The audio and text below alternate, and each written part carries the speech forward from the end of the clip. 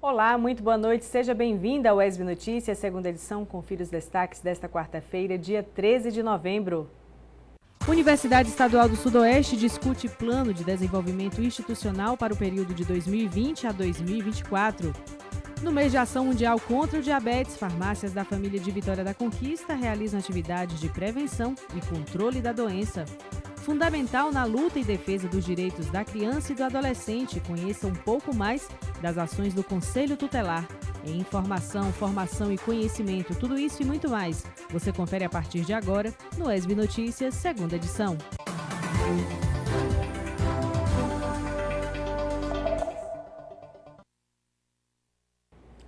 E a Universidade Estadual do Sudoeste promove um seminário integrador para discutir o plano de desenvolvimento institucional para o período 2020 a 2024. O repórter Tiago Henrique acompanhou a abertura do evento. A Universidade Estadual do Sudoeste da Bahia está elaborando seu Plano de Desenvolvimento Institucional, o PDI, para o período de 2020 a 2024. O documento define ações que a UESB vai executar ao longo de 5 anos, considerando sua filosofia de trabalho, missão, diretrizes pedagógicas, estrutura organizacional e atividades acadêmicas. A universidade realizou um seminário integrador no campus de Vitória da Conquista, com a participação de professores, servidores e estudantes, para apresentar as metas e diretrizes de cada eixo. É um documento que nós precisamos ter dentro da universidade, um documento que estabeleça diretrizes de médio prazo. Um plano de desenvolvimento como esse, ele vai estabelecer o nosso foco de desenvolvimento para os próximos 5 anos. É um documento que vai nortear todas as discussões anuais de orçamento, de prioridades orçamentárias, de diretrizes que deverão ser observadas nas nossas deliberações, nas nossas pautas dos nossos conselhos superiores, o CONSUL e o CONCEP. Então, essa definição de diretrizes, metas mais gerais, é um documento básico de planejamento de médio prazo. Para a elaboração do PDI foram montados 12 grupos de trabalhos temáticos. Esses grupos construíram as minutas dos eixos temáticos que foram socializados no seminário. Começamos em junho de 2018 a elaborar a metodologia para a elaboração do PDI da UESB. Essa metodologia ela foi apresentada e aprovada pelo CONSUL em 18 de dezembro de 2018 e depois da aprovação dessa metodologia demos início à solicitação de indicação das representações da DUSP, da AFOS, dos diretores dos departamentos, dos DCEs e das entidades estudantis, solicitando todos para participar desse momento, desses grupos de trabalhos temáticos para discutir as políticas universitárias.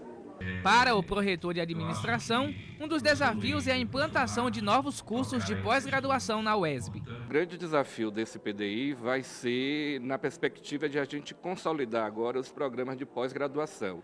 Eu acho que no primeiro momento a universidade teve o compromisso de implantar os cursos de licenciatura para atender as demandas locais, num segundo momento os cursos de bacharelado e agora o desafio que a gente tem daqui para frente é implantar novos cursos de pós-graduação e consolidar os já existentes.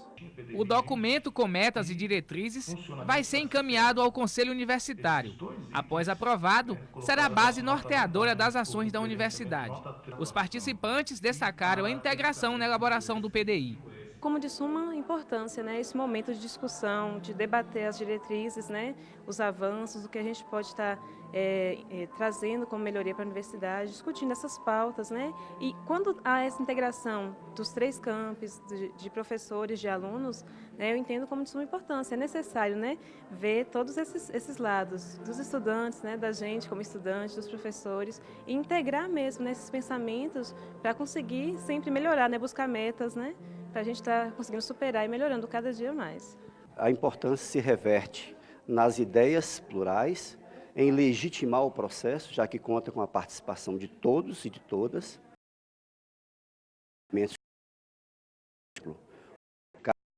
A DUSB também está envolvido, a própria comunidade regional.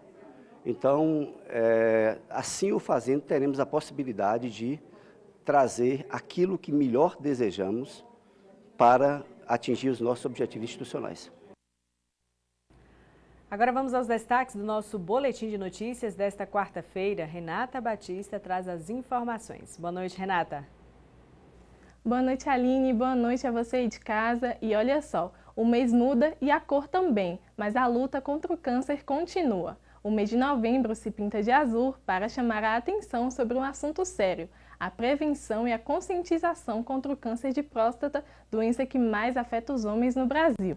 E para promover o cuidado com a saúde masculina, a Secretaria Municipal de Saúde de Vitória da Conquista realiza um mês de campanha do Novembro Azul. Serão realizadas ações de prevenção e diagnóstico precoce da doença nas unidades de atenção básica das zonas urbana e rural.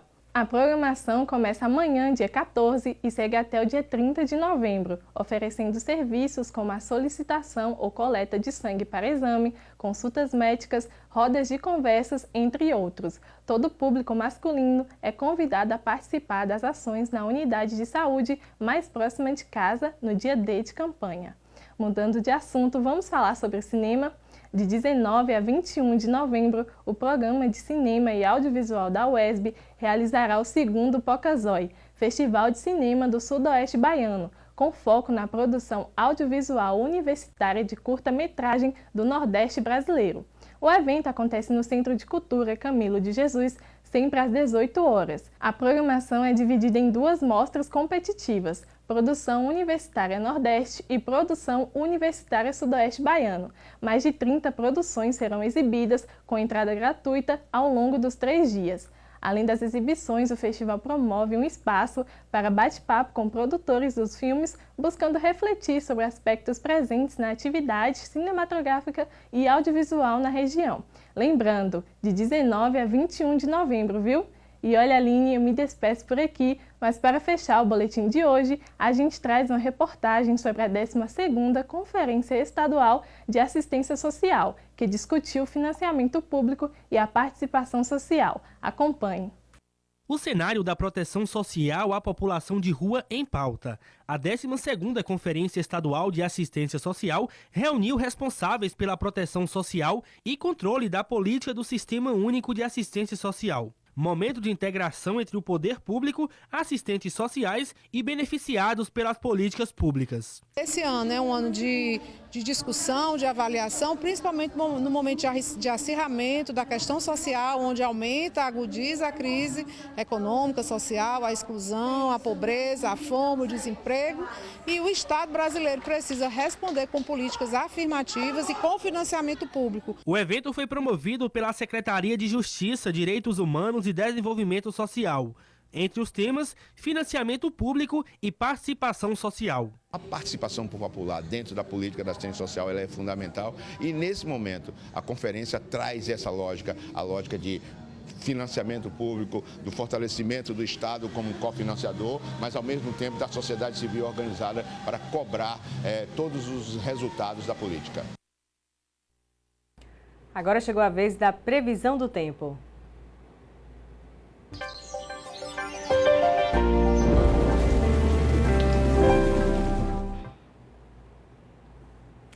E aqui conosco o Marcel de Souza, ele que traz para a gente a análise do tempo e da temperatura para amanhã em Vitória da Conquista e também em outras cidades da região sudoeste. Boa noite, Marcel, seja bem-vindo. Boa noite a todos. Conta para a gente como é que fica o tempo nos próximos dias, porque o calor está intenso, está forte e parece que vai continuar. Vai continuar. Quem quiser aproveitar o feriadão aí de proclamação da República aqui em Vitória da Conquista, vai ter sol em tempo integral durante toda a sexta-feira e o fim de semana também.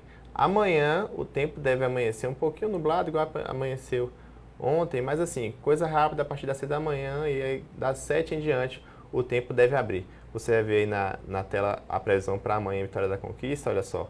Amanhã a mínima é de 17, máxima de 30, como vocês veem, está marcando o sol, porque à tarde é que esse sol vai aparecer de fato, igual foi hoje, tá? Aquele sol quente, o ar muito seco, a umidade relativa do ar amanhã pode chegar próximo aos 15%, então lembrando que vocês precisam aí de hidratação no dia de amanhã, evitar aquele mesmo conselho que a gente dá, né, Aline? Evitar atividade física de alta intensidade nesses dias e sempre, se for fazer, no final da tarde. Sempre menos exposição ao sol. Sempre menos exposição ao sol. Na sexta-feira o tempo também deve amanhecer nublado e tem uma maior nebulosidade, mas não tem previsão de chuva. mínima de 19, máxima de 32, e no sábado o sol deve aparecer em tempo integral, mínima de 18 e máxima de 33. Eu não sei se o pessoal de casa está se lembrando, mas logo quando começou o mês de novembro, eu mostrei aqui o panorama da chuva, do clima e do tempo para o mês de novembro todo. Sim. E essa chuva está prevista para esse segunda quinzena de novembro. Então, até o dia 15, não há previsão de chuva. E a partir do dia 15 começam a aparecer as nebulosidades, as possibilidades de chuva aqui na cidade. Mas mais para frente a gente vai informar isso para vocês. Ok, mas falando também sobre as cidades da região sudoeste, quais são aquelas que você destaca para a gente no tempo e na temperatura para os próximos dias?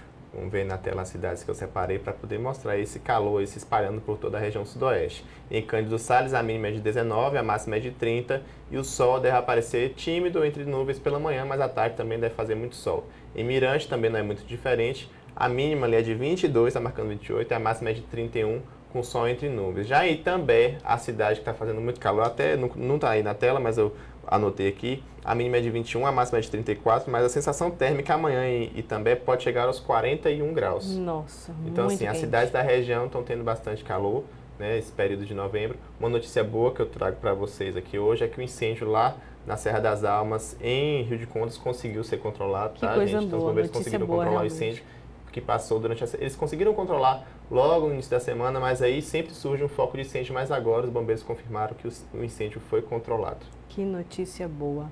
Mas conta pra gente também como é que fica essa questão dos recursos hídricos. A gente sabe que Vitória da Conquista tem essa dificuldade, né, de captar água realmente, e como é que fica o nível da barragem, já que a gente não tem chuva e calor excessivo, a gente sabe que a água só evapora. Isso, como prometemos semana passada, toda quarta-feira a gente vai trazer para vocês aqui informações sobre o nível da barragem. A barragem de Água Fria 1 está com 87% da sua capacidade. Nossa produtora Jeane Sampaio entrou em contato com a Embasa e eles informaram para a gente que esse nível só reduz por conta do calor e também por conta do alto consumo da população. Esses dados ali são colhidos, são atualizados 3 vezes na semana, segunda, quarta e sexta. Aí na quarta-feira a gente sempre vai trazer isso aqui para você. Então, o que vale ressaltar que eles pediram, né, para ressaltar aqui, é o pessoal economizar a água e também evitar o desperdício. Fazer o uso sempre consciente. Porque a água já vai evaporando com esse calor que está fazendo aqui em Vitória da Conquista, e como não há previsão de chuva forte por enquanto, então a gente tem que ir moderando aí no uso da água. Para não faltar água e voltar aquele tempo que a gente tinha aquele racionamento. Merece, né? Pois é. Bom, por hoje é só? Por hoje é só, Aline. Então tá, muito obrigada, Obrigado, Marcel. boa noite a todos. Uma boa noite para você, até a próxima. E olha só, ainda nesta edição você confere as ações desenvolvidas pelo Conselho Tutelar e também no próximo bloco uma reportagem sobre as atividades de prevenção e controle do diabetes. Agora são 6 horas e 14 minutos, nós vamos para um breve intervalo e já voltamos com mais informação e conteúdo para você.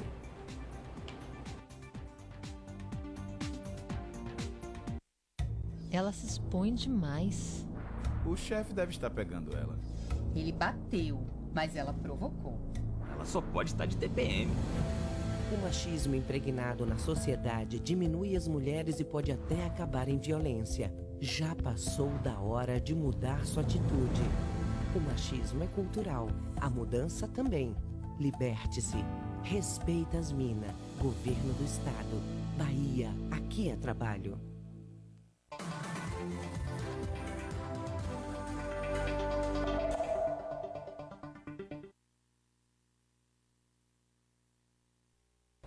Estamos de volta ao vivo aqui pelo ESB Notícias, segunda edição. E no mês de ação mundial contra o diabetes, farmácias da família de Vitória da Conquista realizam atividades de prevenção e controle da doença. A repórter Jeane Sampaio traz as informações. As atividades relacionadas à prevenção e controle do diabetes são promovidas pelas farmácias da família de Vitória da Conquista durante toda a semana. Além de serviço de dispensação de medicamento, a gente desenvolve diversas outras atividades de prevenção e promoção da saúde e atividades clínicas de atendimento farmacêutico para verificar pessoas que, porventura, têm dificuldade de controle, né, do diabetes, da hipertensão, do colesterol e que possa, porventura, estar relacionado a algum problema relacionado à farmacoterapia. Atualmente, 1.920 pacientes estão cadastrados no programa de automonitoramento glicêmico, oferecido pela Coordenação de Assistência Farmacêutica. Dona Maria está sempre fiel ao tratamento. A pessoa que é diabético, ele tem uma vida assim, muito cobrada pelos médicos, pelos assistentes dos médicos, pela família. A gente, às vezes a gente é teimoso, não quer fazer igual os médicos mandam a regra, mas eles falam melhor para a gente, porque se a gente não fazer da maneira que eles pedem, a gente termina indo a óbito. Estou fazendo atividade física. Agora a minha diabetes, o cuidado que é com minha diabetes, ela não está sob a minha alimentação, é porque assim requer muito o nutricionista passa uma receita para a gente, que às vezes para a gente que não tem condições se torna meio difícil. E a gente faz à medida do possível, mas o certo é seguir a reta do jeito que eles mandam. Segundo dados da Organização Mundial de Saúde, OMS, uma das estratégias de saúde para 2019 é o controle das doenças crônicas não transmissíveis, como diabetes, que atinge mais de 13 milhões de pessoas no Brasil. Durante a programação será realizada a triagem de pacientes para atendimento clínico, além da aferição de glicemia, pressão e teste de hemoglobina glicada. E a gente considera como meta terapêutica uma hemoglobina glicada abaixo de 7, que a gente considera o paciente que está super controlado, o paciente que não vai ter possibilidade de complicações, e que é o grande problema, na verdade, da diabetes, né? Se não controlada, nós temos diversas complicações, dentre elas amputações, problemas renais, problema com a visão. Então é importante que esse paciente ele efetivamente consiga manter o controle. Até quinta-feira, de ponta de orientações gerais sobre o controle da diabetes. A gente vai realizar também o teste de hemoglobina glicada com um aparelho de teste rápido, e a gente também está tendo uma sala de orientações sobre os cuidados com os pés, que são para aqueles pacientes que já fazem uso de insulina, ou seja, já têm diabetes, fazem uso de insulina e que precisa de orientações em relação a cuidados com os pés, porque uma das complicações comuns em diabético é a amputação. Então, se você tem um bom cuidado com os pés, você reduz, diminui bastante o risco da pessoa ter um problema que leve à amputação de dedos ou até mesmo da perna. E na tarde de ontem, o PT, PSB, PCdoB e a União de Mulheres acionaram o Ministério Público Estadual por conta de postagens de incentivo ao estupro no perfil de uma empresa no Instagram. Para falar sobre essa representação, nós recebemos a presidente da União de Mulheres, Lídia Rodrigues. Lídia, boa noite, seja bem-vinda aqui aos estúdios da TV UESB. Eu começo então perguntando: que episódio foi esse? Um episódio que precisou realmente de uma representação junto ao Ministério Público por conta de uma postagem indevida, ou seja, uma postagem de um teor agressivo e violento contra as mulheres aqui em nossa cidade, Vitória da Conquista. Pois é. A gente já tem vindo convivendo com situações parecidas já há algum tempo, a gente sabe disso, né? Em torno de 2 a 3 anos, um pouquinho mais. Mas nos chocou o fato de, neste momento, em Vitória da Conquista, alguma pessoa, proprietária ou não sabemos, né, de uma sorveteria, a sorveteria Frutos de Goiás, de Vitória da Conquista, no seu perfil no Facebook, fez várias publicações altamente ofensivas às mulheres, mas não só às mulheres, inclusive autoridades e representações de nível nacional, vamos dizer assim, né? Mas as mulheres de Vitória da Conquista foi uma coisa muito direta, assim, a gente ainda não tinha sentido a coisa na pele, aquela história de, a gente fala assim, sabe o que acontece, mas não acha que com a gente também vai ser assim. Mas foi o que aconteceu. Então houve assim, uma grande indignação, apesar de grande parte, né, das ofensas tenha se dirigido às mulheres do PT, mas a gente sabe que hoje em dia, quando se fala PT e petista, está se falando todo mundo que tem uma opinião diferente daquela pessoa que está em questão, né? Então seriam todas as mulheres. E mesmo que fosse somente as do PT, o conjunto das mulheres de Vitória da Conquista, da região, da Bahia, do Brasil, teriam que tomar posição. Porque se uma mulher é agredida, todas são. Com certeza. Agora, Lídia, para além dessa situação, a gente pode citar aqui também, questionar a seguinte situação. A gente está falando aqui de uma situação de machismo, né, de violência contra as mulheres, mas a gente está falando também desse momento que a gente está vivendo de polarização e do discurso do ódio, né, que tem sido cada vez mais permanentemente sendo propagado nas redes sociais, o que é realmente assim uma situação difícil, mas uma crise social para que a gente possa enfrentar. Pois é, no século passado, a nossa dificuldade maior era tornar visível que existia uma violência de gênero, né? Que as mulheres, especialmente as mulheres, dentro do seu lar, dentro da sua casa, do seu lugar de descanso, na realidade era o seu lugar do terror, era o seu lugar, né, do sofrimento, né? Não era o seu lugar do refúgio, do repouso. E isso era uma dificuldade de tornar isso visível. Nós tornamos visível dizendo que o que é privado também é de interesse da sociedade e do Estado. De lá para cá, essa visibilidade daquela violência que era camuflada, escondida, ela passou recentemente a ser pública, explícita. Né? Por que isso? Porque, de qualquer forma, esse clima de ódio que você falou, né, ele é como se fizesse ou permitisse emergir o que há de pior na nossa sociedade. Quer dizer, aqueles sentimentos piores que estavam, de certa forma, reprimidos pela ação do Estado, pela ação do movimento, por uma visão de direitos, né, de conquista de direitos, de espaço para os direitos humanos, que é o que marca esse século XXI. Né? E também essa ideia de que um momento civilizacional, né, século XXI, né, onde achamos que certas coisas estariam no passado, né, mas não, ela vai aflora de uma forma que está assim, muito violenta e ela vai além do discurso. Né, como foi o caso dessas postagens, ela também se transforma em realidade.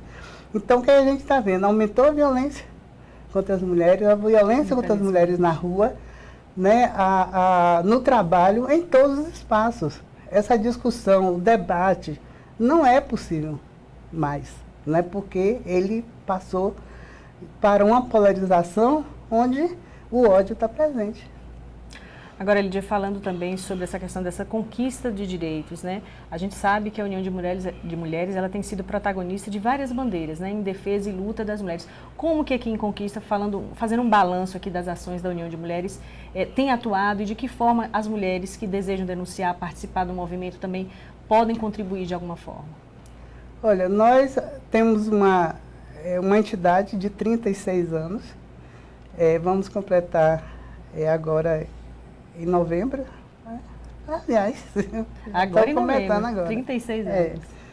E essa nossa entidade, desde que foi criada, foi primeiro essa luta de tornar visível, né, a opressão, a desigualdade e a violência. E depois cobrar do Estado que ele assuma a responsabilidade de transformar em crime, né, e preservar e defender a vida das mulheres.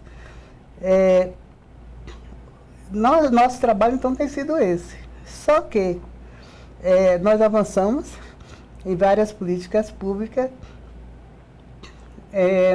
nós ampliamos, a visibilidade aumentou. Você vê que até o 8 de março, que somente nós fazíamos aqui no século passado, né, agora, recentemente, a cidade inteira, né, de alguma forma, faz alguma ação. Então, assim, a União de Mulheres, ela vem fiscalizando todas as políticas, além de ter lutado para implantar vara, DEAN, CRAVE, né, todos os serviços que já existem na cidade, o Conselho da Mulher, tudo isso. Hoje a gente está participando também do Conselho Estadual, fomos eleitas para participar do Conselho. Além disso tudo, o atendimento às mulheres individualmente, porque nem todas conseguem acessar os serviços, e aí a gente trabalha tanto do ponto de vista do apoio jurídico, como também psicológico. Né? Temos convênio com faculdades, né, locais que colocam suas estagiárias e professoras e tal, atuando lá. E uma série de a questão da emancipação, né, financeira é fundamental para que a mulher saia da violência. O trabalho, a creche também é importante para que a mulher tenha onde deixar seu filho. Né? E hoje é uma luta importante, por incrível que pareça, para a gente é fundamental. A mulher, ela podendo deixar seu filho em algum lugar seguro, ela pode trabalhar, ela pode sair de uma relação abusiva. Não é? Então, assim, seja esses aspectos, como essa atenção também individual, que é o cotidiano. Todos os dias a gente recebe denúncias, a gente acompanha mulheres, acompanha o serviço, vê como é que eles estão funcionando, né? E se tem um resultado esperado. Isso aí é cotidiano, todos os dias. Ok, Lídia, muito obrigada pela sua participação. Lídia Rodrigues, ela que é presidente da União de Mulheres, trazendo para a gente informações sobre esse discurso do ódio propagado nas redes sociais, falando também sobre a ação e o trabalho desenvolvido pela União de Mulheres aqui em Vitória da Conquista. Lídia, muito obrigada pela sua participação. Volte mais vezes. Nós agradecemos, em nome da diretoria, das associadas, né? Nossa sede é no bairro Ibirapuera, nosso telefone é 3423-4146, estamos no Facebook, né? Então nos encontre, participe, se associe, contribua, né? Para que esse trabalho continue crescendo. Com certeza, e crescerá. Muito obrigada, Lídia. E no próximo bloco você confere uma reportagem sobre as ações do Conselho Tutelar em Vitória da Conquista. Agora são 6h28, nós vamos para mais um breve intervalo e já voltamos com mais informação e conteúdo para você. Obrigada.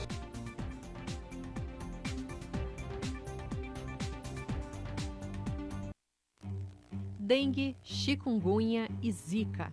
O perigo triplicou e a sua responsabilidade também. Os criadouros do mosquito podem estar na sua casa e isso é muito perigoso. Por isso é bom tomar alguns cuidados. Não deixar água acumulada em pneus, manter caixas d'água bem fechadas, evitar o acúmulo de água em garrafas e brinquedos e eliminar os pratinhos de plantas. Todo cuidado é pouco. É bom ficar atento aos sintomas. Se você tiver com febre alta, manchas vermelhas pelo corpo, dor de cabeça ou atrás dos olhos, dores nas articulações, não se automedique. Pode ser perigoso. Procure imediatamente a unidade mais próxima da sua casa. Faça sua parte. Juntos, nós podemos combater o mosquito.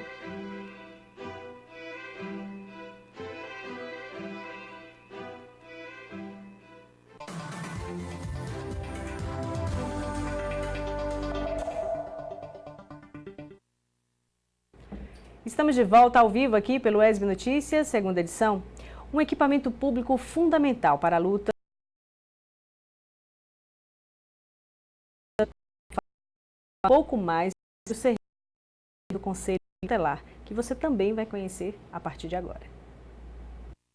O Conselho Tutelar é um órgão público que tem sua origem na lei. Cabe a ele aplicar medidas que zelem pela proteção dos direitos da criança e do adolescente. O órgão não tem competência para aplicar medidas judiciais e não pode julgar nenhum caso.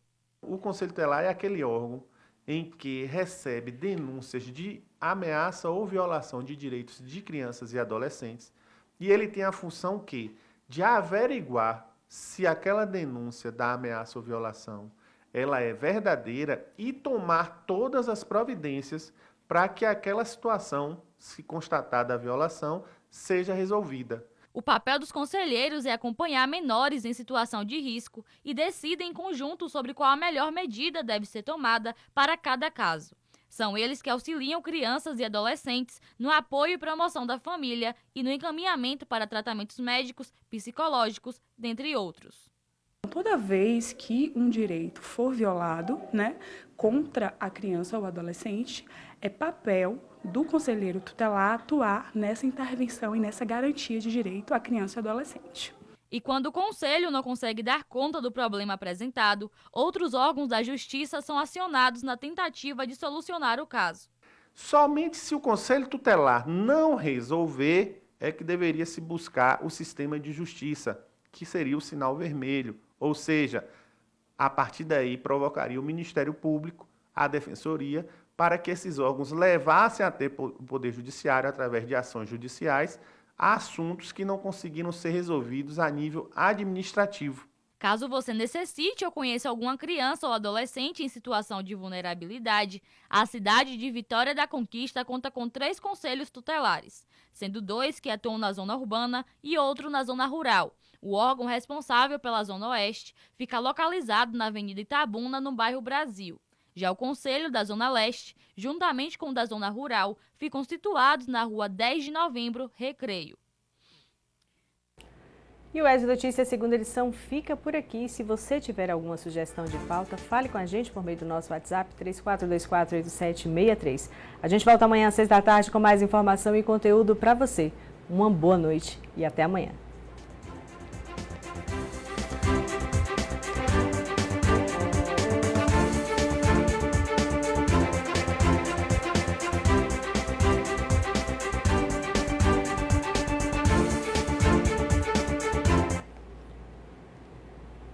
Baiana, baiano, índio branco, mestiço negro, com ginga, com graça, na raça, que acorda, trabalha, de nascença, de coração, de exatas, de humanas, na praia, montanha, com sol e chuva do gueto, da pista, com fé, que pede e agradece. As mina, os mano, as mona, diverso.